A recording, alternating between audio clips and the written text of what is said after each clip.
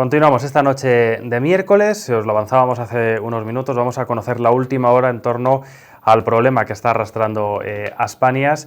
Nos vamos a poner también en antecedentes para aquellos que no sepan muy bien de qué estamos hablando, aunque hemos seguido muy de cerca todo el caso. Raquel García y Rafael Lacalle están de nuevo con nosotros para hablarnos de esa última hora y de cómo están viviendo en primera persona, desde sus respectivas responsabilidades dentro del grupo, ese anuncio de ERE, esa posibilidad de despidos. Muy buenas noches a los dos y gracias por estar de nuevo con nosotros. Rafael, ¿cuáles son esos antecedentes que nos llevan al momento actual del que vamos a hablar, sobre todo después de la reunión y de las explicaciones que dio la cúpula, podemos decir, ¿no? Al final los responsables de Aspanias. Sí, pues bueno, nosotros sabíamos desde hace meses ya que se venía hablando de decidir hacer un ERE en la Fundación CISA y quizás en la Fundación Aspanias. Cuando vemos que esto cada vez tiene más visos de aplicarse, pues lo anunciamos públicamente para que no solo nosotros, los trabajadores y trabajadoras, sino también las familias, las instituciones y la sociedad burgalesa en su conjunto lo pudieran conocer y anticiparnos un poquito a esa decisión muy arriesgada, muy poco valorada, a nuestro juicio, y poder proponer alternativas y que se pudieran evitar despidos tanto de trabajadores con discapacidad como de profesionales de apoyo. A raíz de ahí, nosotros solicitamos, como sindicato, todos los delegados y delegadas de la UGT, que somos 21 en el Grupo Aspanias, reuniones con los miembros de los patronatos y la Junta Directiva. Se rechazan de plano esas reuniones y después, pues más tarde, los propios responsables del equipo de gestión y los presidentes de los patronatos, de la Fundación CISA en concreto, se reúnen y anuncian, bueno, primero deciden en una reunión, en un solo día, nos parece que de forma muy precipitada, hacer lo que ellos llaman un ajuste de plantilla en la Fundación CISA y posteriormente otro en la Fundación Aspanias. De todo esto nos vamos enterando poco a poco, claro, porque en el momento a nosotros no se nos transmite nada de manera oficial. Lo que vemos es que después se da una rueda de prensa por parte de la entidad y se anuncian, pues, bueno, entre despidos, jubilaciones, amortizaciones de puestos de trabajo, en total se anuncian medidas que afectarían en la Fundación CISA a unos 70 trabajadores y trabajadoras, la gran mayoría personas con discapacidad, pero también profesionales de apoyo. A raíz de todo esto, los dos comités de empresa tomamos medidas, preparamos asambleas, planteamos medidas de presión, elaboramos medidas alternativas a los despidos, que hay muchas y que se las hemos hecho llegar ya, por lo menos desde nuestro sindicato, a los miembros de los patronatos y la Junta Directiva, unas medidas que supondrían un gran recorte de gastos innecesarios y un posible aumento de los ingresos y que serían una alternativa muy clara y muy estable a medio plazo para evitar despidos y para intentar salvar la entidad, porque desde hace muchos años entendemos que la gestión se está realizando de una manera muy poco meditada, muy poco profesional y sin dar la información suficiente ni al comité de empresa, ni a los miembros de patronatos ni junta directiva, ni mucho menos a las familias. Rafael, estamos viendo algunas imágenes de esa rueda de prensa en la sala Polisón, en lo que estás dando esas explicaciones. Mucha gente se preguntó, tras que compareciese la cúpula de Aspanias, cómo se puede llegar a una situación como esta, teniendo en cuenta el enorme patrimonio que tiene el grupo y la cantidad de ayudas públicas que también se recibe, porque al final una parte importantísima del dinero que recibe Aspanias es precisamente de administraciones públicas. Claro.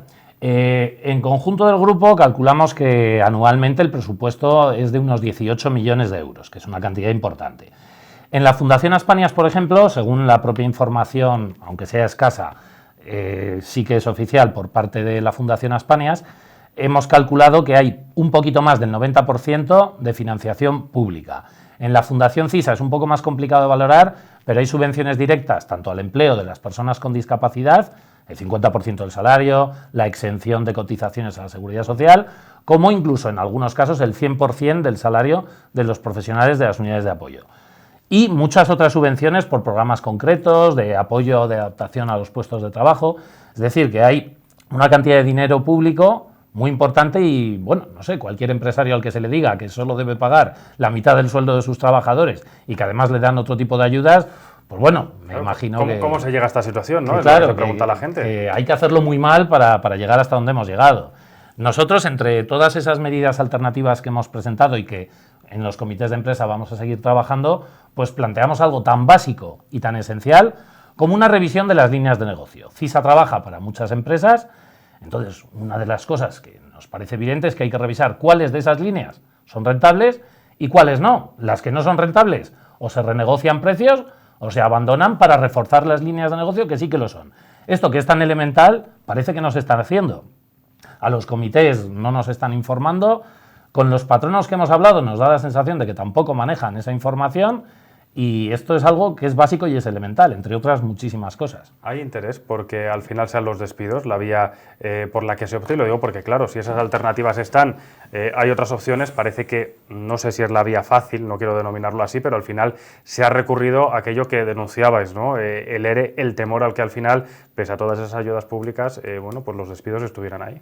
Claro, es que además, si contamos en el caso de la Fundación CISA cuánto supuestamente se puede ahorrar la empresa con esos despidos, pues es que es muy poco o incluso podría llegar a ofrecer un saldo negativo para la entidad. ¿Por qué? Porque, como hemos dicho, la empresa solo paga por los trabajadores con discapacidad el 50% del salario mínimo. Si ahí tenemos en cuenta que además hay que pagar indemnizaciones, tenemos que ver que cuánto se ahorra la empresa mensualmente, 500 euros, 550 euros al mes por cada trabajador a lo sumo, pero de ahí hay que restar el volumen de la indemnización de personas que pueden llevar trabajando 10, 20, 30 años en el grupo.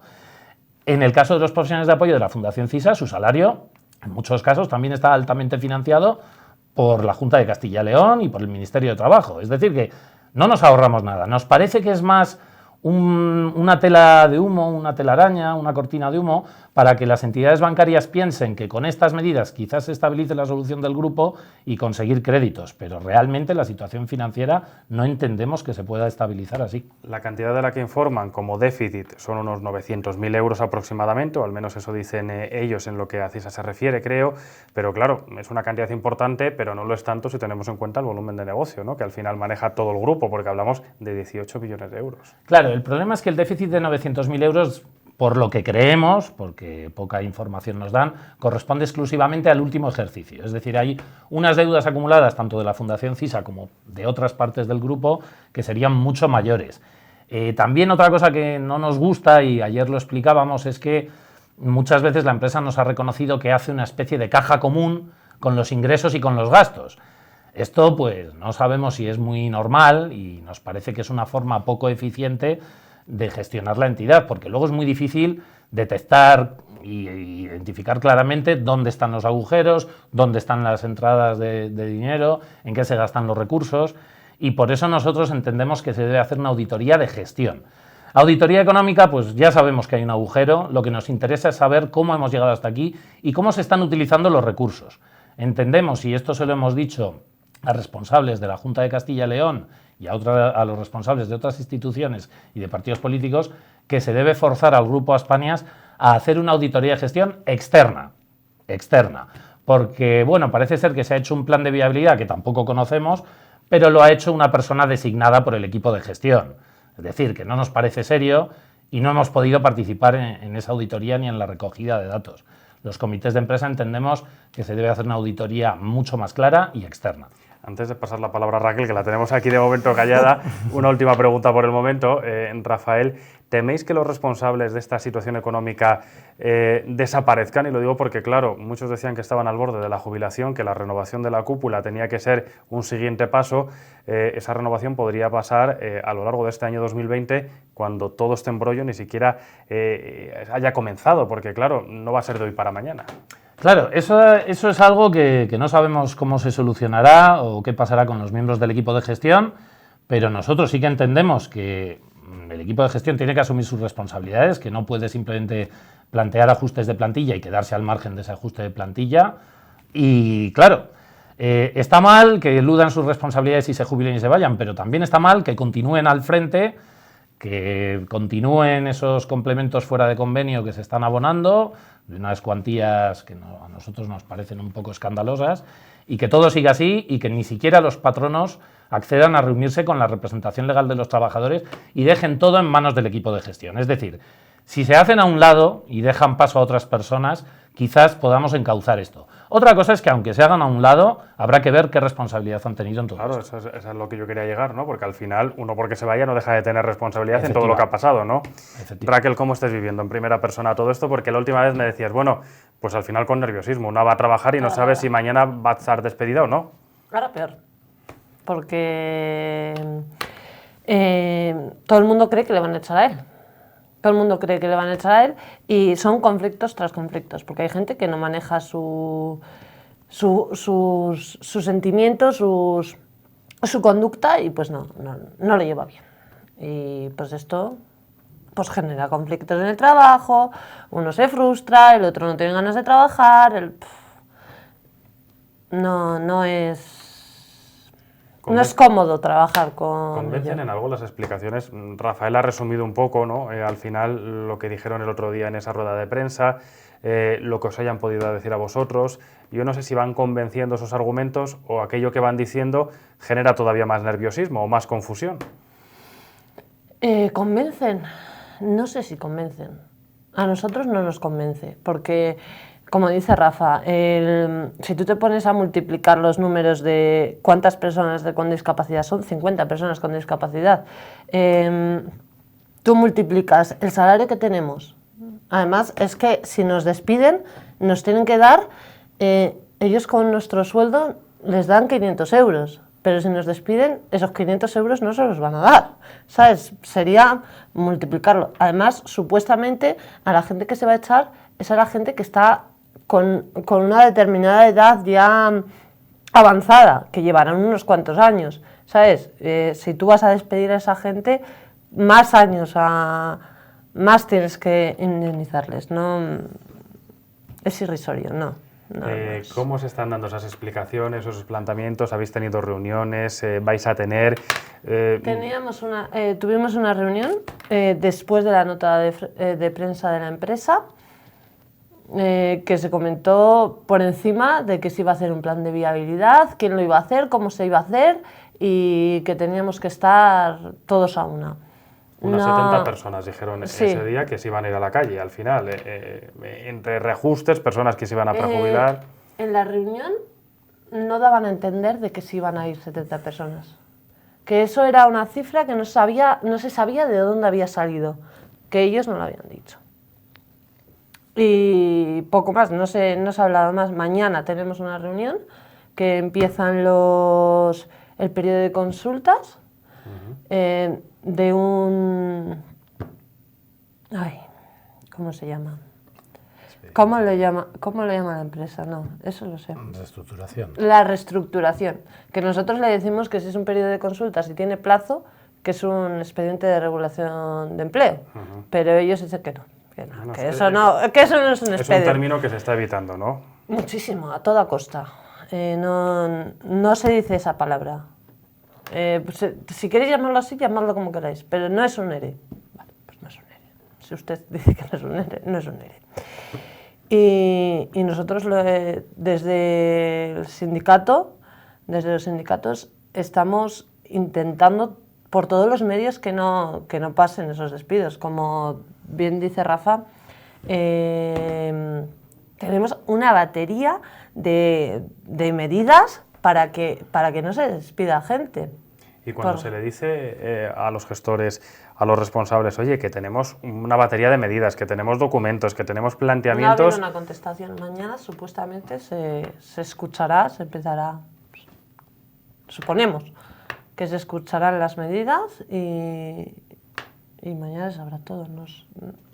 No tenemos documentos, tampoco tenemos documentos para avalar los informes, lo que dicen que hay, no hay nada. Claro, porque además las explicaciones o los argumentos que se están dando están realizados por los propios gestores. Al final todo viene de dentro por el momento, ¿no? No hay, como decía Rafael, al final, se necesita una auditoría. Bueno, es que alguien tiene que venir y explicar un poco lo que está sucediendo porque las únicas explicaciones vienen de los responsables ahora mismo.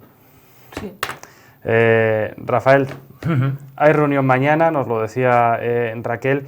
¿Hay algún calendario establecido? ¿Hay reuniones en paralelo? ¿Se está planificando de alguna forma cómo se va a informar, explicar o recoger esas propuestas que nos estáis trasladando? Bueno, hay varias cosas. Nosotros este mismo lunes hemos registrado, los delegados y delegadas de UGT, una carta a los patronos en las que están todas, una buena parte de las medidas que proponemos.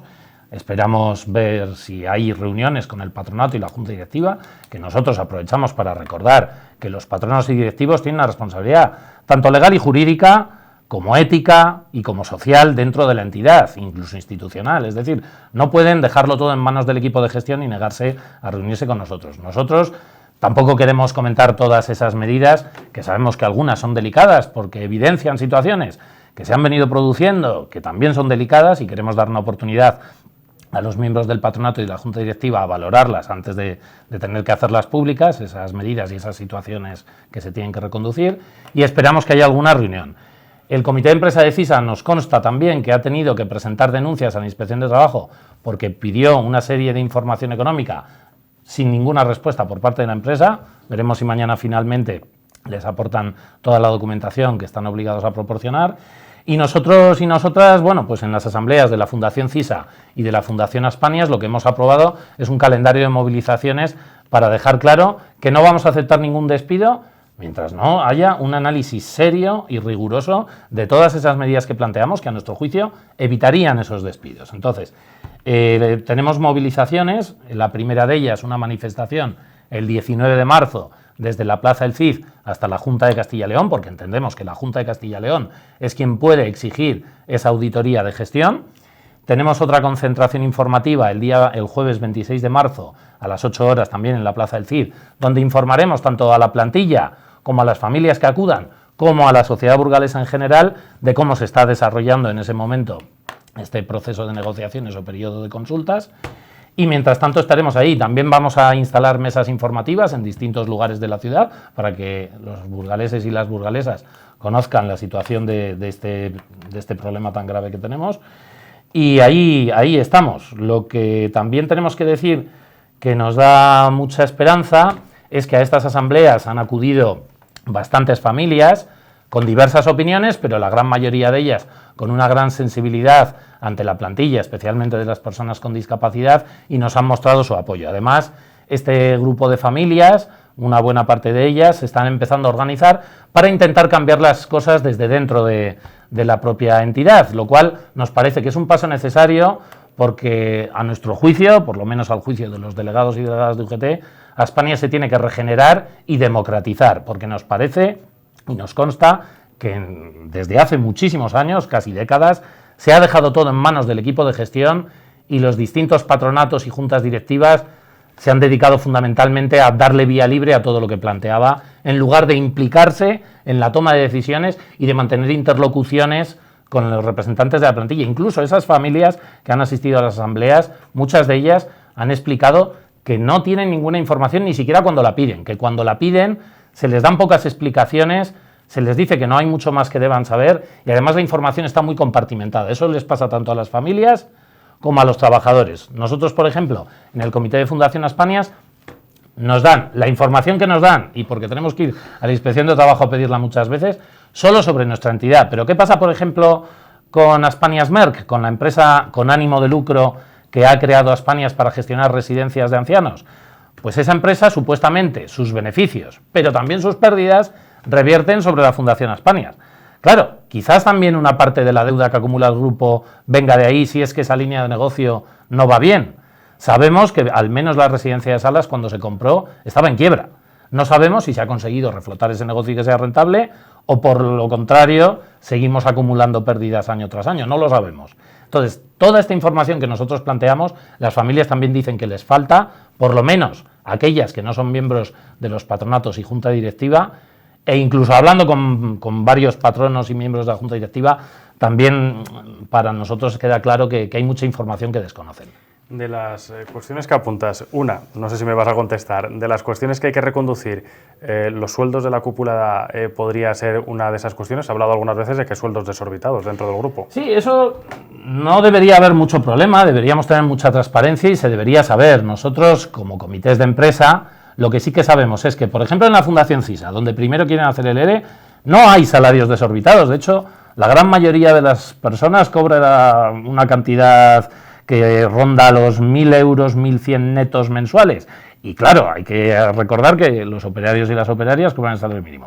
Sin embargo, en la Fundación Aspanias, pues hay personas, no tantas, pero hay un grupo de personas que tienen sobresueldos muy altos que al menos, llegarían a 1.000 euros al mes por encima de lo que marca el convenio. Pero ¿qué es lo que ocurre? Que como nosotros solo tenemos acceso a las bases de cotización, solo sabemos las personas que cobran hasta el máximo o más. Es decir, hay personas en Aspanias que no sabemos si cobran 4.000 euros al mes, 5.000 euros al mes o 10.000, no tenemos ni idea. Y esto parece que tampoco lo conocen las familias, y esto nos parece que es fundamental. Y antes de pensar en ningún despido, lógicamente, el equipo de gestión y esas personas que tienen esos sobresueldos deben recortar todo lo que no está fuera de convenio, al menos mientras se estabilice esa situación, sobre todo si alguna de esas personas tiene responsabilidades directas en la gestión del grupo y nos ha llevado hasta la situación en la que estamos. La segunda cuestión que me llama la atención de lo que estás exponiendo y que me parece ya un cambio es la confianza ciega de muchas familias que de alguna forma se está disipando y está permitiendo ver también el problema, ¿no? Porque era un obstáculo de años anteriores el hecho de que se tuviera confianza ciega en todo lo que se estaba haciendo. Sí, eso es algo que siempre hemos visto en los centros cuando vienen las familias. Pues bueno, hay familias que se preocupan mucho por hablar con los profesionales o incluso en algún caso con la representación legal de la plantilla, pero hay otras que dan por hecho que todo funciona bien, que el equipo de gestión, toda la información que les traslada no solo es suficiente, sino que es absolutamente veraz y no es necesario cuestionarla, o hasta es malo cuestionarla. Parece que hay que tener fe en vez de tener convicciones y analizar las realidades, pero estamos viendo que, claro, cuando las familias ven a la plantilla reclamar un convenio digno, una parte de las familias sabemos que ha sido sensible, pero quizás otra ha dicho, bueno, pues si tienen que cobrar menos, que cobren menos. Sin embargo, ahora que vemos que Aspanias se está empezando a meter en una situación de la que no sabemos cómo saldremos, pues claro, la preocupación ya no solo llega a esas personas que tienen esa sensibilidad con la plantilla, sino que llega a todas las personas que están preocupadas por el futuro de la entidad. Vemos las orejas al lobo. Claro, claro. Raquel, para despedirnos, ¿alguna petición, alguna sugerencia, algún mensaje para los compañeros? Que se tranquilicen, a los compañeros que se tranquilicen, que trabajen hasta que no sepamos nada, y a los burgaleses que asistan a las manifestaciones, a las concentraciones, a las mesas informativas. Insisto, es importantísimo que haya un apoyo, no solo por los burgaleses, sino también las familias, todo lo que esté implicado en el ámbito Aspanias, no ni fundación ni nada, en todo el ámbito Aspanias, para que esto se vaya movilización, día 19. Eso es. A las 8 de la tarde. A las 8 de la tarde, de la plaza del CID hasta la Junta de Castilla y León, ¿no? Bueno, pues allí estaremos también, allí los recordaremos. Os agradezco mucho a los dos que hayáis estado este ratito con nosotros. Cualquier novedad, volvéis y nos la contáis, y esperemos que al final se pueda reconducir la situación y que el grupo pueda seguir trabajando sin tener que afrontar esos despidos y escuchando, ¿no?, alternativas, porque por el momento propuestas hay sobre la mesa. Sí, muchas. Eso es. Muchísimas gracias. Nada, a vosotros. Gracias.